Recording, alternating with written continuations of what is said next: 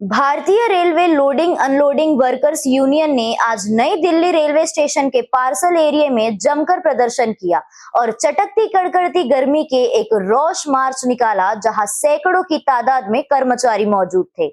Railway के खिलाफ जमकर नारेबाजी की और आप खुद देख सकते हैं इन तस्वीरों में कि किस तरह कर्मचारी रेलवे और रेलवे के अधिकारियों के खिलाफ रोष व्यक्त कर रहे हैं।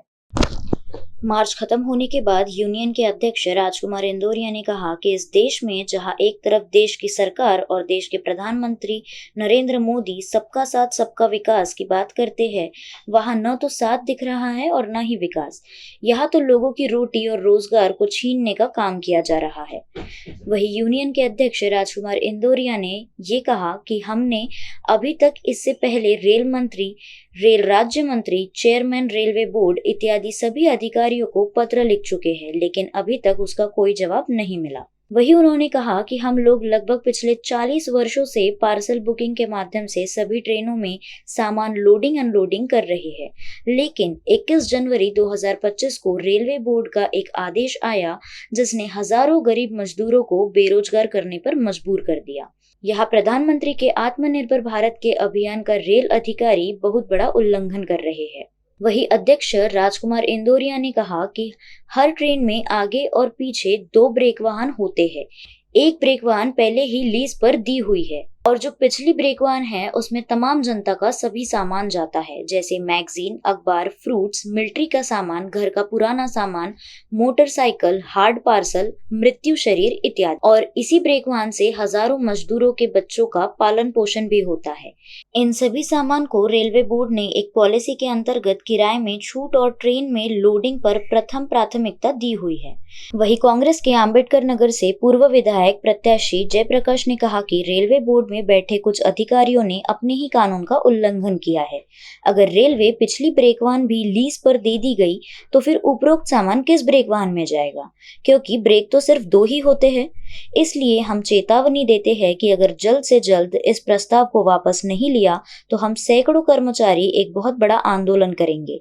और भी बहुत कुछ कहा, आइए सुनते हैं इस रिपोर्ट में। जी, मेरा नाम नवीन है। नवीन जी, कितने सालों से काम कर रहे हैं? हमारे 18-20 साल हो गए मुझे यहाँ पे काम करते करते।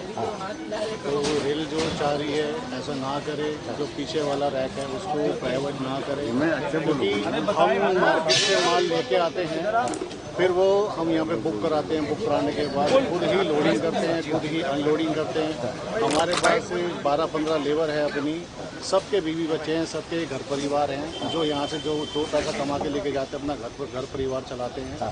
अब रेल इसको इस प्रकार बेच देगी तो हमारा क्या होगा, उन गरीब मजदूरों का क्या होगा जिनके पीछे परिवार पल रहे हैं। प्रधानमंत्री मोदी सबका साथ सबकी विकास की बात करते हैं, लेकिन प्राइवेट अगर हो जाएगा तो कितना नुकसान आप लोगों का होगा? जी, ये तो एक स्टेशन है और 4 स्टेशन हो रहे हैं, सभी स्टेशनों पे ऐसा हो रहा है, जो कि यहाँ पर हजारों की तादाद के अंदर मजदूर हैं यहाँ पर, जो कि अपना यहाँ पर लोडिंग अनलोडिंग का काम करके अपना घर परिवार चला रहे हैं। रेल मंत्री और प्रधानमंत्री मोदी से क्या अपील है? प्रधानमंत्री मोदी जी से मैं यही अपील करूंगा कि इस चीज़ पे सख्त नज़र डालें एक बारी, और इसको थोड़ा सा ध्यान दें। गरीबों को घर को बचाया जाए, गरीबों के घर को बचाया जाए, और जो ये पीछे वाला ब्रेक जो है वो नहीं प्राइवेट करा जाए। ठीक, चलिए जी। मामला ये है कि 21 जनवरी को एक रेलवे बोर्ड से एक आदेश आया जिसमें ये कहा गया कि जो आखिरी ब्रेक वाहन है हमारी, जैसे ट्रेन में 2 ब्रेक वाहन होती हैं, एक इंजन के साथ और एक लास्ट में। तो जो इंजन के साथ वाली ब्रेक है वो पहले ही ऑलरेडी जो है लीज पर चल रही है, यानी कि प्राइवेट ठेकेदारों पर चल रही है। अब जो पिछली ब्रेक है, यानी कि आखिरी जो ब्रेक वाहन है 4 टन की, इसमें आम जनता का सामान जाता था, जैसे कि न्यूज़पेपर हुआ, मैगजीन हुआ, पेरिसेबल गुड्स हुआ, सब्जी हुई, अंडा हुआ, या हार्ड पार्सल हुआ, या जो भी, मान लीजिए आज आपका कहीं ट्रांसफ़र होता है तो सामान लेकर आप कहाँ जाएंगे, तो आम जनता के लिए वो खुला था। और उस आदेश के आने के बाद फिर बड़ौदा हाउस में पीसीसीएम साहब ने एक चिट्ठी लिखी, एक ऑर्डर आदेश जारी किया कि इसको लीज पर दे दीजिए, प्राइवेट कर दीजिए। उसके बाद जो है अब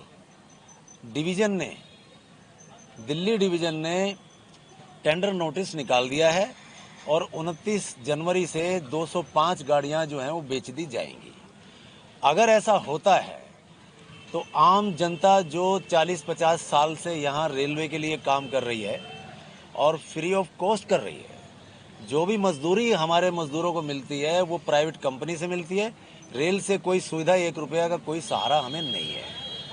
और अब 40-50 साल काम करवाने के बाद रेलवे हमें बेरोजगार कर रही है, और बेरोजगार जब होंगे, भूखे मरेंगे, तो फिर भाई कोई कुछ भी कर सकता है।